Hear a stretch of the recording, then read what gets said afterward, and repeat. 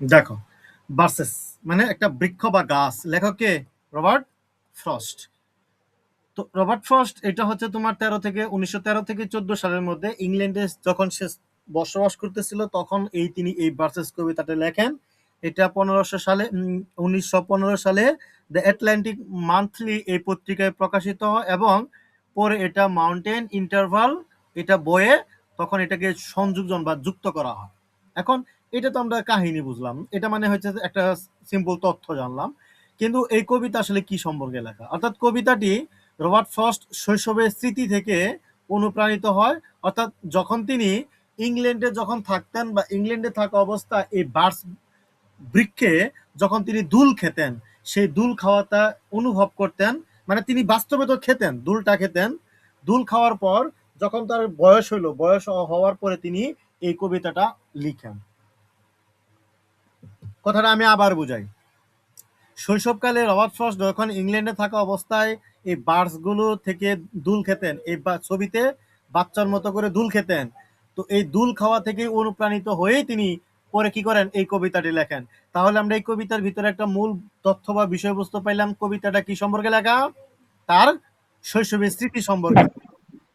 মিলছে? বুঝছো? হ্যাঁ। আচ্ছা, এতে বাস্তব পর্যবেক্ষণ এবং কল্পনা আছে। রবার্ট ফ্রস্ট দেখেছিলেন কিভাবে বরফ ঝড় গাছগুলোকে নিচু করে ফেলে। বরফ ঝড় বলতে কি, বরফের কণাগুলো বা অনেক বরফ হয় না, আমাদের দেশে তো হয় না বরফ, আমাদের দেশে কি পড়ে? না, বিদেশে ওগুলো হয়। হ্যাঁ, অর্থাৎ এই বরফগুলো যখন পড়ে তখন দেখো কোনো গাছের উপর পড়লে মনে হয় কি গাছগুলো ভারী হয়ে নিচের দিকে নেমে যায়, নিচু হয়ে যায়, হয় না? হয় কি না? অনেক গাছের উপর যখন পাথরগুলো জমা হয়, পাথরগুলো লেগে যায় গাছের সাথে, তো গাছগুলো বেঁকা হয়ে যায়। এটাও কবির কাছে একটা স্মৃতি মনে হয়। এই দৃশ্যটা কবির কাছে জীবনের কষ্ট এবং মানব স্বপ্নের প্রকৃতিকে রূপ দেয়।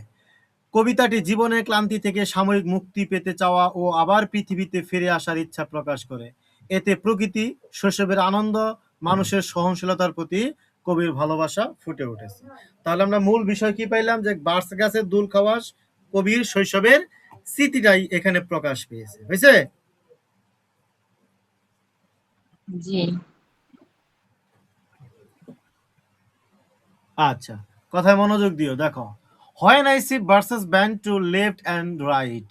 দেখো, হোয়েন আই সি যখন আমি এই বার্সগুলোকে দেখি, কি bend to left and right, বাম পাশে অথবা ডান পাশে, দুপাশে কি বামে বা ডানে দুপাশেই ঝুঁকে আছে। গাছগুলো কি অবস্থায় আছে? নিচের দিকে ঝুঁকে আছে। Across the line of straighter darker trees, সোজা রাস্তা বরাবর ঘন বৃক্ষের সারি জুড়ে। তার মানে কি এই গাছগুলো কি অবস্থায় আছে? সারি সারি, অসংখ্য। I like to think some boy been উইনিং them. I like to think অর্থাৎ আমার মনে হইতেছে সাম বয় কিছু ভালো কি করছে, উইনিং দ্যাম, অর্থাৎ এগুলোকে ধরে মানে ঝুলে ঝুলে দুল খাচ্ছে। কি খাচ্ছে? দোল খাচ্ছে। এই দেখো, উইনিং মানে কি? দুল খাওয়া, দুল খেলনা। দুল তো খাইছো, খাও নাই কি এমন কেউ আছো?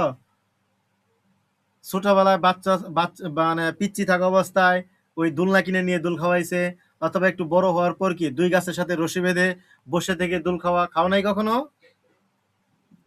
হ্যাঁ ভাইয়া। খাইছি শৈশবের ভাইয়া। শৈশবের স্মৃতিতে এটা যদি না খেয়ে থাকো তাহলে শৈশবটাই মিস। মারিয়া খাইছ? মারিয়া? জি ভাইয়া, অনেকবার। হ্যাঁ। জি ভাইয়া। অনেকবার বলতে কি এখনো তো মানে এখনো তো খাওয়া হয় মনে হয় তোমাদের। কারণ এটা হচ্ছে যে ছেলেরা চেয়ে মেয়েরা বেশি খায়, হয়তো বা কোনো পার্কে বান্ধবীর সাথে ঘুরতে গেলে, মানে শিশু পার্কে বিশেষ বিশেষ করে এই দোলনাগুলো বেশি পাওয়া যায়। যাই হোক, but winning does not band them down to stay. কিন্তু আসলেই তাদের দুল খাওয়ার ওগুলো হয়নি ঝুঁকে।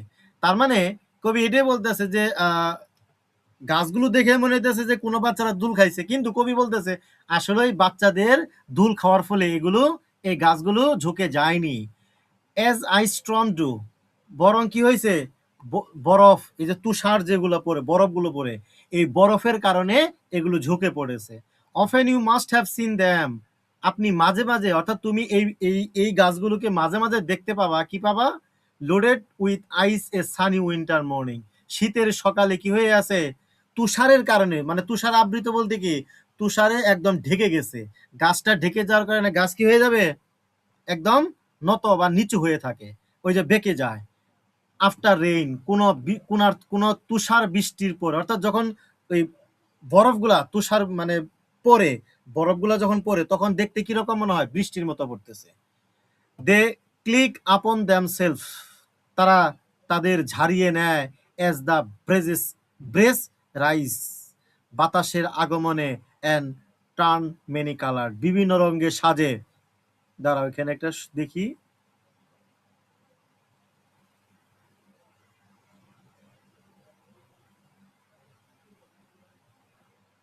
এই যে দেখো, ব্রেজ রাইজেস মানে কি? বাতাসের বাতাসের আগমন। আগমন বা বাতাসের প্রবাহ। বাতাস হইলে কি গাছ কি একটু ঝুঁকে পড়ে? জি ভাইয়া। বাতাস হেলে দুলে খায়, ঝুঁকে। এবং বলতেছেন টার্ন মেনি কালার, বিভিন্ন রঙে। এজ দেয়ার স্টির ক্রেকস অ্যান্ড ক্রেজেস দেয়ার, হ্যাঁ এনামেল। এখন ক্রেক অ্যান্ড ক্রেজেস মানে কি? ক্রেক অ্যান্ড ক্রেজেস মানে বলো? ভেঙে ভেঙ্গে পড়া। ভেঙ্গে পড়া। আচ্ছা, তাহলে এখানে কি বলছে? যে যখন তাদের নাড়াচড়ায় তুষারগুলো ঝরে পড়ে, তার মানে গাছগুলো যখন একটু মানে বাতাসে দুল খায়, তখন বরফগুলো কি ঝরে পড়ে না নিচের দিকে, মাটিতে পড়ে যায় না? হুম, যখন তোমার শরীরে যখন কাপড়ের উপর বৃষ্টি ফুটা পড়ে, রুমে এসে কি করো? ঝাঁকি দাও না কাপড়টা?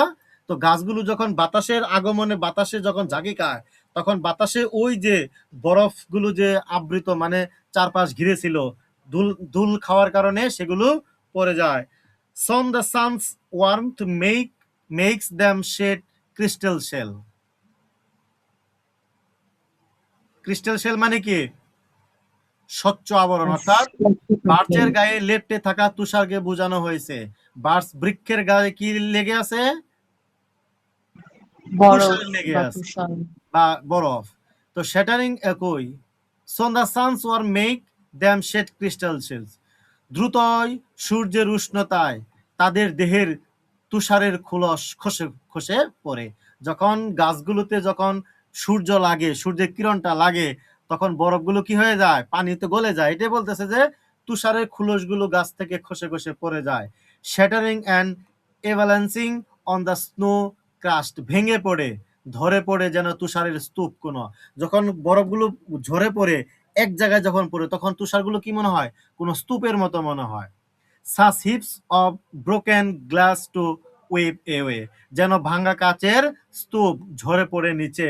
You think the inner dome of heaven had fallen, তখন তোমার মনে হতে পারে যেন স্বর্গের তোরণ নিচে নেমে পড়েছে ভেঙ্গে। তোরণ মানে কি? এখানে কোনটার অর্থ বুঝাইছে? ইনার ডোম। ইনার ডোম মানে কি? গম্বুজ বা তোরণ। তোরণ বা কি? গম্বুজ চিনো? মসজিদের গম্বুজ দেখো নাই? এগুলো উঁচু। তো বরফগুলো যখন এক জায়গায় পড়বে, এক জায়গায় যখন পড়বে সবগুলোকে একটা স্তূপের মতো মনে হবে। মানে একটা একটু মাটি থেকে যখন তোমাকে এটা কিভাবে বুঝাই, এটা স্তূপটা কিরকম? যখন তুমি যদি একটা জায়গার ভিতরে ধরো 5 বস্তা মাটি রাখো বা ফেলো, মাটি ফেলো, তাহলে জায়গাটা কি হইতেছে? উঁচু দিকে উঠতেছে না? হ্যাঁ, কথাটা কি বুঝছো না বুঝো নাই? আবার বলি, যদি একটা জায়গায় বুঝছি তুমি মাটি ভাইয়া। ফেলো, মাটিটা আস্তে আস্তে উপরের দিকে উঠবে। অর্থাৎ এই যে উপরের দিকে মানে একটা কি হচ্ছে? উঁচু জায়গা হইলো। এটাকে বলা হইতেছে এখানের ভাষায় স্তূপ। স্তূপ মানে অসংখ্য বরফ যখন এক জায়গায় খসে পড়ে, তখন এগুলোকে স্তূপের মতো মনে হয়, উঁচু জায়গা মনে হয়। আর এই উঁচু জায়গা দেখে মনে হইতেছে কি কবি? যে কোন স্বর্গ থেকে গম্বুজ ভেঙে পড়েছে। আচ্ছা, তাহলে দেখো, স্পিকার বা বক্তা এখানে কি বর্ণনা করছে? রাস্তার দুই পাশে বাস গাছগুলো রাস্তার দিকে বেঁকে ঝুঁকে আছে। আসলে এগুলোর উপর কি হয়েছে? বরফ পড়ে পাতায় পাতায় এবং ডালে ডালে তুষার আটকে ভারী হয়ে নত হয়ে ঝুঁকে আছে। যখন বাতাস প্রবাহিত হয় তখন যারা বাস গাছগুলো কি করে? নিজেদের গাটা ঝাড়া দেয় এবং গা থেকে তুষারগুলো ঝরে পড়ে। ফলে এই গাছগুলো নাড়াচাড়া করে, তখন সূর্যের আলোয় তুষারের কণাগুলো কি হয়, একটা স্তূপের মতো কাজ করে। তুষারগুলো রংধনুর রং সৃষ্টি হয়, তাই এই গাছগুলো কি হয়, বিভিন্ন বর্ণে সজ্জিত হয়। যেগুলো বাঁশ গাছগুলোর গা ঝাড়া দেওয়ার সাথে সাথে তুষার নিচের দিকে ঝুরঝুর করে ঝরে পড়ে, যখন দেখো তাহলে এখানে কি, ওই যে যখন বিভিন্ন রং ধনু সৃষ্টি করে, ঠিক আছে এটা বুঝলাম, আবার এগুলো মনে হইতেছে কি বিভিন্ন রঙে সজ্জিত হয়েছে। এই জন্য কিন্তু প্রথমেই বলে নিছিল, এই যে দেখো বিভিন্ন রঙের সাজে, বিভিন্ন রঙের সাজে বলতে কি মেনি কালার, তাহলে আমরা বলতে পারি এগুলো রং ধনুর মতো বরফগুলো। আচ্ছা, আবার বলতেছে এই যেগুলো কি হয়, বাঁশ গাছের গা ঝাড়া দেওয়ার সাথে সাথে তুষারগুলো কি করে ঝুরঝুর করে নিচের দিকে ঝরে পড়ে। যখন বাঁশের গা থেকে এই তুষারগুলো ঝরে পড়ে, তখন মনে হয় ভাঙা কাচের স্তূপগুলো তাদের গা থেকে মাটিতে ঝরে পড়ছে। এই গাছগুলো তুষার এমন ভাবে আবৃত থাকে যে তাদের মাথা দেখে গম্বুজের মতো মনে হয়। যখন তুষারগুলো ঝরে পড়ে, তখন বক্তার কাছে মনে হয় যে কি স্বর্গের গম্বুজখানি যেন ভেঙে ধসে নিচে পড়েছে। তার মানে স্পিকার যখন এই গাছগুলো দেখেন, তখন তার মনে পড়ে ছোট ছোট ছেলে মেয়েদের কথা, যারা আনন্দ করার জন্য কি করে এই গাছের ডাল বা আগা কি করে বাকিয়ে এনে দোল খায়। দোল খায় মানে কি, ঝোলই খায়, এটা তো বুঝছো। তখন তার কাছে মনে হয় বাচ্চারাই যেন এই গাছটাকে কি করে বাকিয়ে খেলা খেলছে। তারও মন চায় যদি সেই বাল্যকালে ফিরে যেতে পারতেন। তার মানে কবি বলতেছে যে তারও নিজেরও মন চায় সেই বাল্যকালে ফিরে যেতে, তবে তিনি কি করতেন, আবার এই গাছের ডাল ধরে তিনি দোল খেতে পারতেন। ক্লিয়ার? জি ভাইয়া। অর্থাৎ এই স্ট্যান্ডারটুকু পড়ার মূল বিষয়টা হইতেছে এই যে অর্থাৎ অংশটুকু। আচ্ছা, তারপর আবার দেখো, they are dress to the weather bracken by the load, যেন তাদের ভারে নত করে নিচু করে দেওয়া হয়। And they seem not to break, যদিও মনে হয় ভেঙে যাবে, তবু গাছগুলো কি ভাঙে না। দো ওয়ান্স দে আর বোর্ড, যদিও তারা যখন ঝুঁকে পড়ে, সো লো ফর লং, এবং ঝুঁকে থাকা অবস্থায় কি অনেকক্ষণ পর্যন্ত তারা একইভাবে থাকে। দে নেভার রাইট দেমসেলফ, তারা নিজেরাই কখনো হতে পারে না কি, নিজের ইচ্ছায় সোজা হতে পারে না। You may see their trunks arching in the woods, এই গাছগুলো দেখে তোমার মনে হতে পারে যেন বনের মাঝে কি হয়ে আছে, কোনো গম্বুজের মতো বা তুরন হয়ে আছে। ইয়ার্স আফটারওয়ার্ডস, অর্থাৎ এই যে বেঁকে থাকা বা গম্বুজের মতো হয়ে থাকা, এটা কখন হয়ে থাকে, ইয়ার্স আফটার ওয়ার, মানে সময়ের পরিক্রমায় ধাপে ধাপে বা অনেক দিন পর্যন্ত থাকে। Trailing their leaves on the ground, তাদের ডালপাতাগুলো কি নিচের দিকে ঝুলিয়ে রেখেছে। Like girl on hands and knees that নো দেয়ার হেয়ার, এটা একটা সুন্দর একটা তো উপমা দিছে। আমরা কি এটাকে বলতে পারি সিমিলি, কি বলতে পারি সিমিলি। বাবা? সিমিলি কি বলছে, যে গাছের ডালপাতাগুলো এমন ভাবে ঝুঁকিয়ে রাখছে, এটাকে সিমিলি কোন লাইনের সাথে তুলনা করছে, বলছে যে একটা বালিকার মতো যারা হাঁটুতে হাত রেখে চুলগুলো নিচের দিকে ছড়িয়ে রাখে। কথা কি বুঝছো? বুঝো নাই? এটা আমি আবার ভেঙে দিই, দেখো, trailing their leaves on the ground, তাদের ডালপালাগুলো কি করে নিচের দিকে ঝুলিয়ে এলো। অর্থাৎ বক্তা বলছে যে বার্স গাছগুলো পাতায় পাতায় তুষার পড়ে পাতাগুলো নিচের দিকে কি থাকে, ঝুলে থাকে। এইটা দেখে মনে হয় যে কোনো বালিকা তার মাথায় ভেজা চুলগুলো নিচের দিকে ঝুলিয়ে রেখে বসে থাকে রোদে চুল শুকানোর জন্য। এমন করো কি কখনো? হ্যাঁ, তো এমনিই তো চুল শুকায়, চুল হ্যাঁ, শুকায়। এটাই তুলনা দিছে, এটাই বললাম যে সিমিলি, কত সুন্দর একটা লাইন।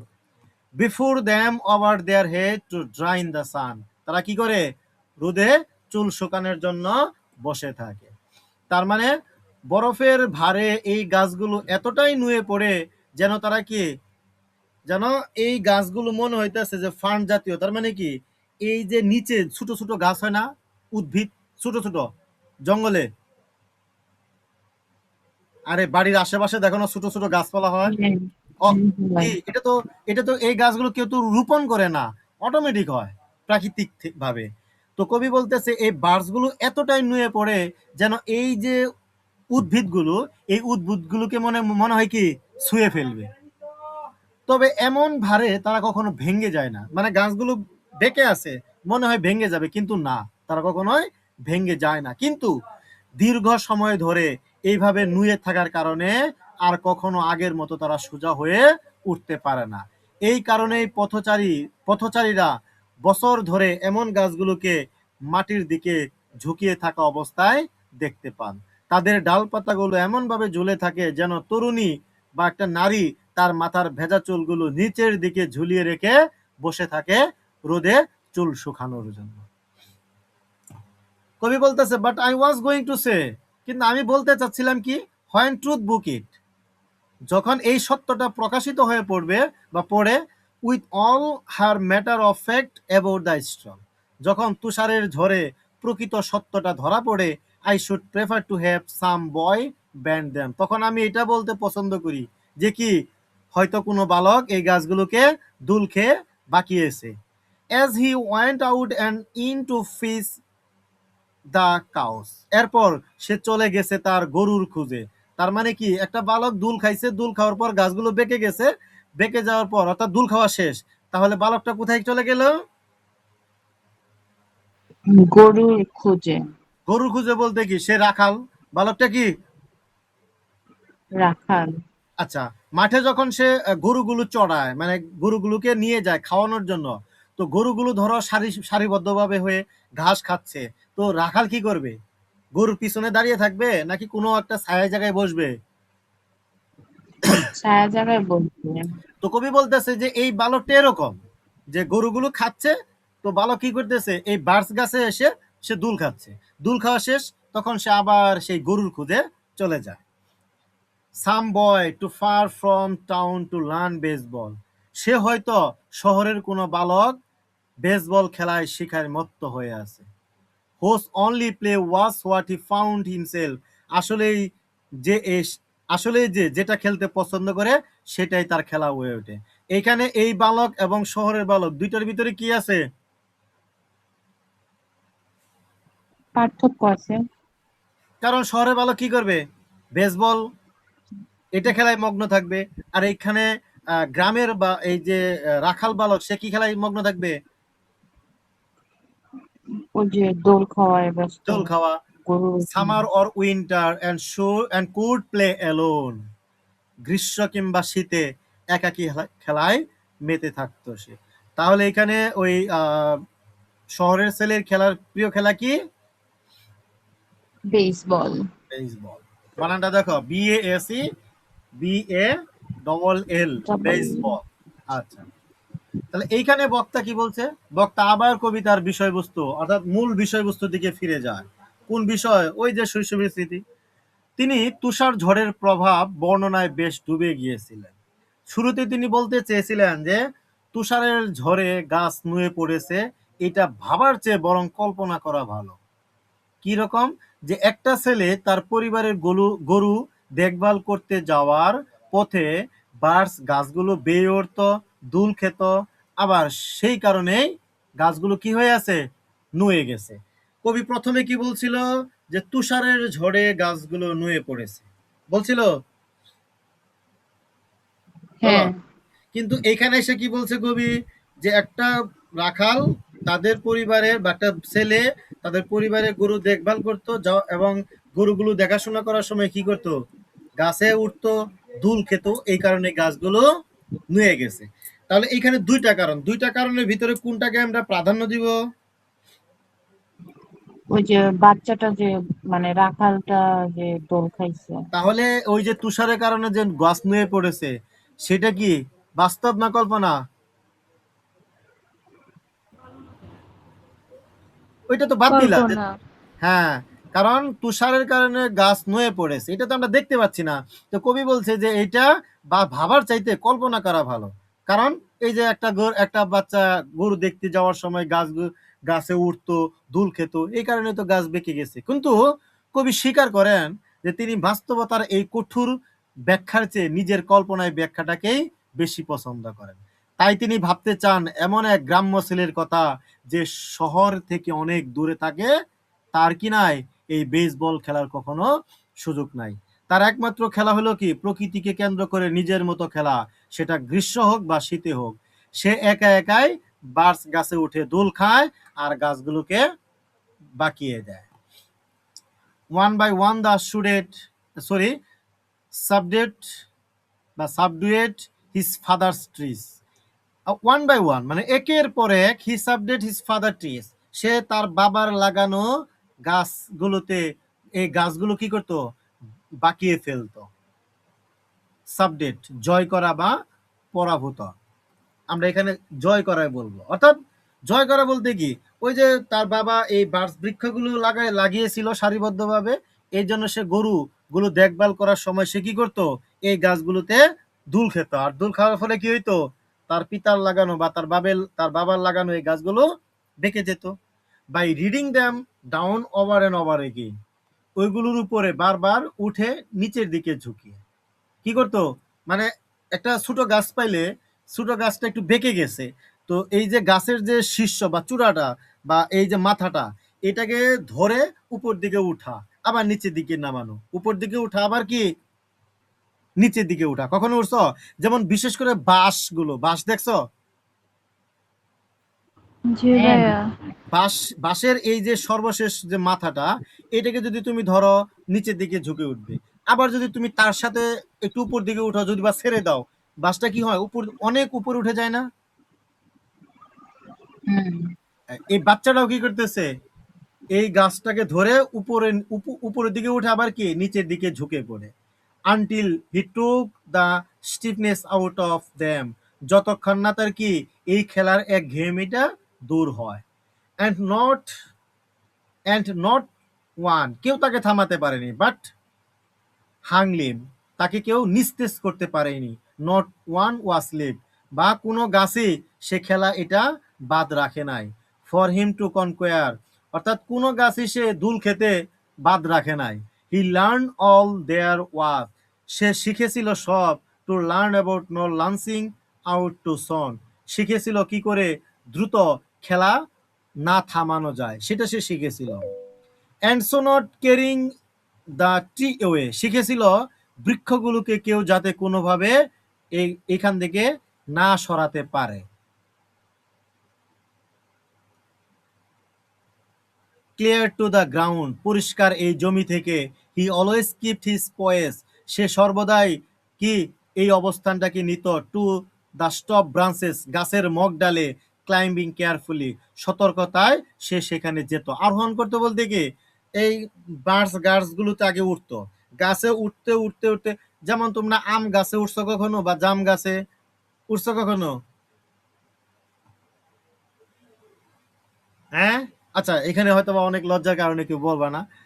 এখানে আমি বলি, ধরো আম গাছটা হইতেছে কি একদম ঝুঁকে আছে বা মাটির দিকে ঝুঁকে আছে, তুমি প্রথমে গাছটা উঠলা, উঠতে উঠতে উঠতে সেই ওই যে ঝুঁকে আছে যে পর্যন্ত ওইখানে যায় এরা কি করলা শরীরটা ছেড়ে দিলা, গাছটা কিন্তু ধরেই আছো। তো কবি বলতেছে কি বলতেছে যে এই বাচ্চাটা ঠিক ওইভাবে গাছে উঠছে, গাছের একদম মগ ডালে মানে একবারে শেষ মাথায় উঠার পরে কি করছে সে সতর্কতায় উঠছে, একদম সাবধান। With the same pain you use to feel a cup, এই ব্যথা নিয়ে উঠতো, মানে মনের ভিতরে সে একটা ক্ষোভ থাকতো যে আমাকে উঠতেই হবে। তো যেমনটা করে তুমি পান পেয়ালা পূর্ণ করতে, অর্থাৎ তুমি একটা পানি খাবা, একটা গ্লাসে পানি নিবা, তুমি যতক্ষণ না পর্যন্ত শেষ হয় ততক্ষণ পর্যন্ত শেষ এই গ্লাসটা রেখে দিবা?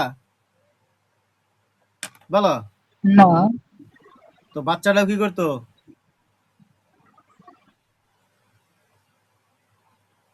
ওই মগডাল উঠানা পর্যন্ত সে থামতো না।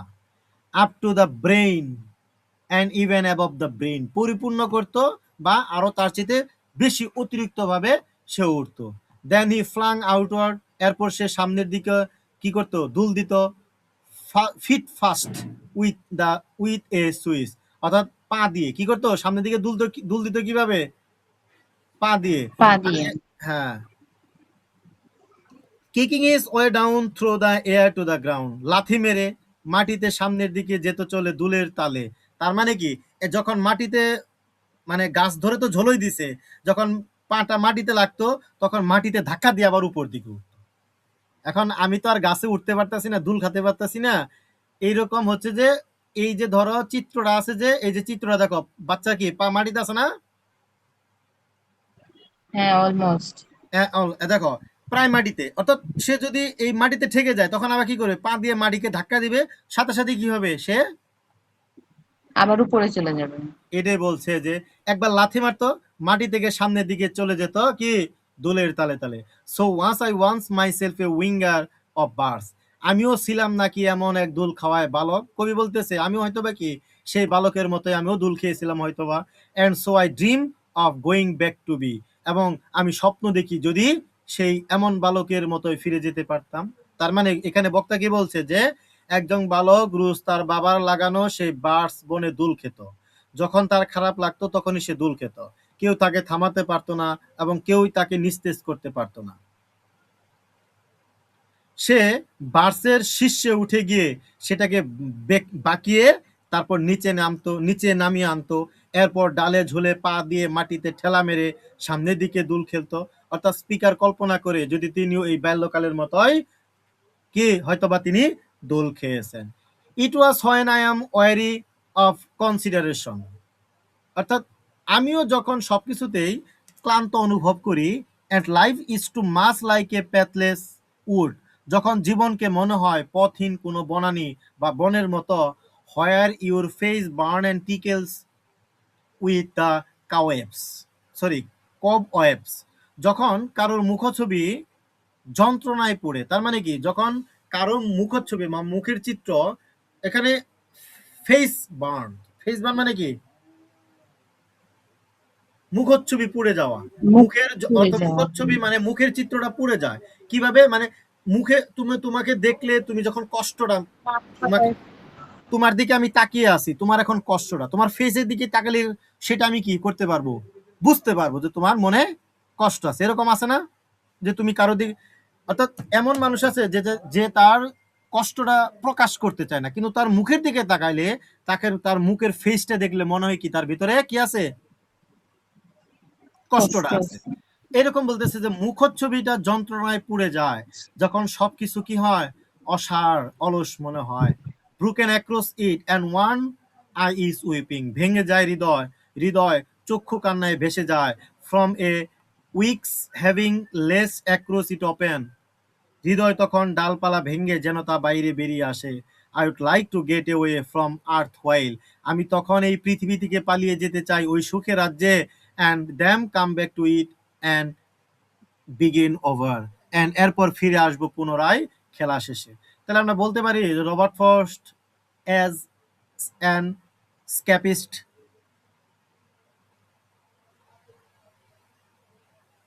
বলো এই বার্ডস, এইটুকুর ভিত্তিতে। হ্যাঁ এইটুকুর ভিত্তিতে আমরা বলতে পারি তো যে কবি কি এই, হ্যাঁ, এইটুকুর ভিত্তিতে বলা যায় কারণ তিনি কি কি যে আই করতে উড চান, like to prepare from year travel. হ্যাঁ অর্থাৎ তিনি এটাই যে তিনি এই বাস্তবতা থেকে তিনি পালানোর শৈশবের চেষ্টা স্মৃতিতে, করতেছে। শৈশবের স্মৃতিতে ফিরে যেতে চান। এই যে শৈশবের স্মৃতিতে ফিরে বা পালিয়ে যাওয়া, এটা স্ক্যাপিস্ট, বুঝছি তো। আর এদিকে যদি আমরা বলি চাইল্ডহুড মেমোরি, এটা তো আলাদা প্রশ্ন, কিন্তু যদি স্ক্যাপিস্ট বলে দেয় তখন তো তোমরা নাও ধরতে পারো। এখান থেকে আমরা বলতে পারি নাকি, এই লাইন থেকে। হ্যাঁ ভাই, বলতে পারি।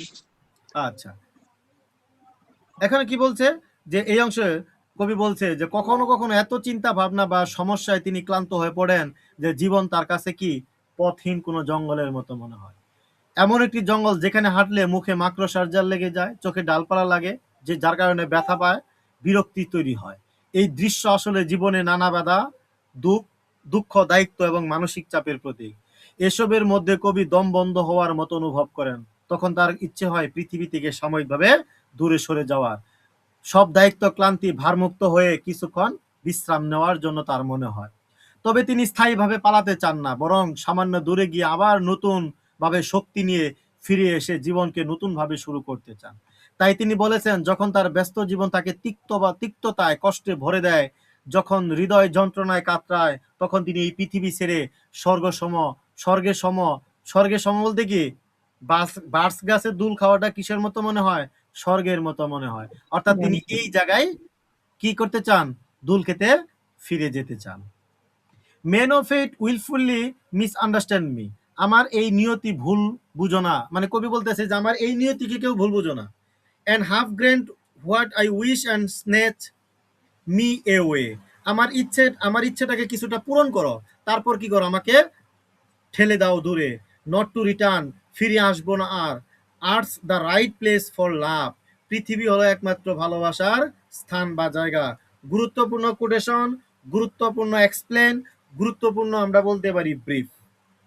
এই একটা লাইন। Also আর্টস, ভালো class। হ্যাঁ, arts the right place for লাভ, ভালোবাসা হতেছে কিসের পৃথিবী হতেছে কি, ভালোবাসার জন্য পারফেক্ট এটা প্লেস। দিয়ে এক্সপ্লেনও আসে, ব্রিফও আসে এবং কোটেশনও জায়গায় কাজে লাগে। দেখো, I don't know where it's likely to go better, আমি জানি না এর থেকে ভালো আর কোনো জায়গা আছে কিনা।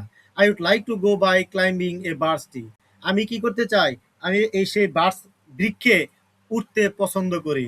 And climb back branches upon a snow white trunk, তুষারে ঢাকা কালো কালো শাখায় আমি আবার কি করব, বার্ডস গাছের শাখায় উঠব বা আরোহণ করব।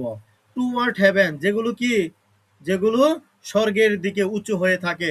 Till the tree could bear no more, যদিও বৃক্ষগুলো আমাকে সেখানে কি করতে পারবে না, দিতে পারবে না, পৌঁছে দিতে পারবে, বার্ডস গুলো স্বর্গে পৌঁছে দিতে পারবে, বলো। না, এখানে এখানে একটা জিনিসটা বুঝো, টুয়ার্ড হেভেন, টুয়ার্ড হেভেন, যেগুলো স্বর্গের দিকে উঁচু হয়ে থাকে।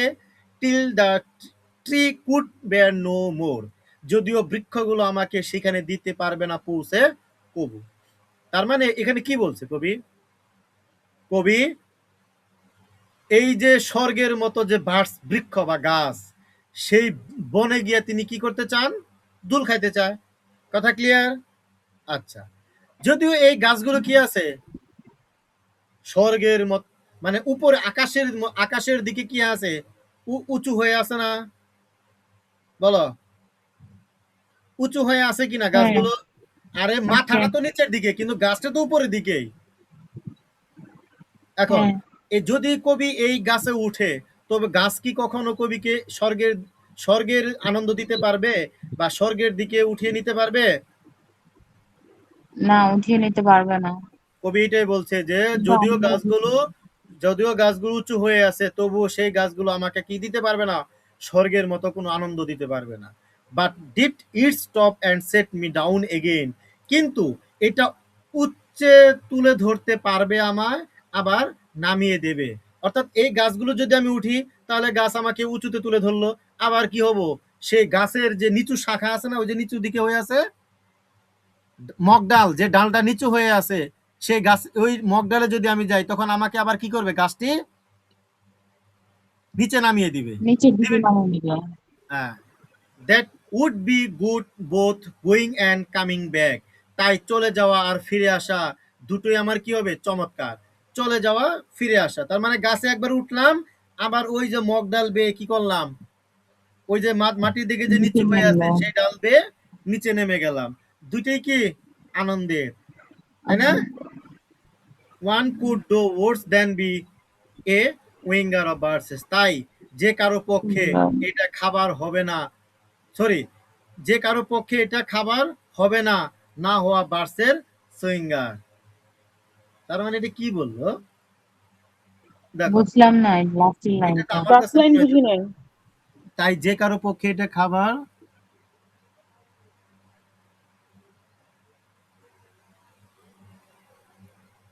দাঁড়াও এখানে কি বলছে আমি দেখতেছি, এই লাইনটা তো আমার কাছে ক্লিয়ার হলো না। Once could do worse than be a swinger of birds, আচ্ছা আমি এই লাইনটা দিয়ে আগে ঘাটাঘাটি করে দেখি, তারপরে তোমাদের আমি বলতেছি, ঠিক আছে? আগে ওই লাইনটা আমি দেখি, আগে কি কোটেশন বললো আমি এটা বুঝতেছি না, আমি হলুদ করে রাখলাম, আমি তোমাদের বুঝাচ্ছি পরে। দেখি আমার এটা নিয়ে একটু ঘাটাঘাটি করি যে কি এই লাইনে কি বলছে। আগে দেখো, কবি প্রার্থনা করছেন যেন কোনো নিয়তি বা ভাগ্য তাকে ভুলভাবে বুঝে নিয়ে তার চাওয়া জীবন থেকে একবারে দূরে না নিয়ে যায়। তিনি মনে করেন পৃথিবী হচ্ছে ভালোবাসা বা আনন্দের একটা জায়গা, যা অন্য কোথাও এইখানকার চেয়ে ভালো কিছু পাওয়া সম্ভব না। এরপর কবি আবার সেই গাছের কল্পনা দিকে ফিরে যান, যে গাছটা হইতেছে একটা নিখুঁত একটা জায়গা, যেখানে সে গাছের ডালে উঠে ধীরে ধীরে স্বর্গের দিকে যেতে পারে। কিন্তু গাছ আর তার ভার নিতে পারবে না, অর্থাৎ গাছ তার ভার নিতে পারে না, যার ফলে কি এই গাছগুলো আবার ধীরে ধীরে তাকে মাটিতে ফিরিয়ে যায়। পৃথিবী থেকে দূরে সরে যাওয়া আবার ধীরে ধীরে ফিরে আসা, এই অনুভূতিটাই কবির কাছে বা স্পিকারের কাছে কি মনে হয়? আনন্দের।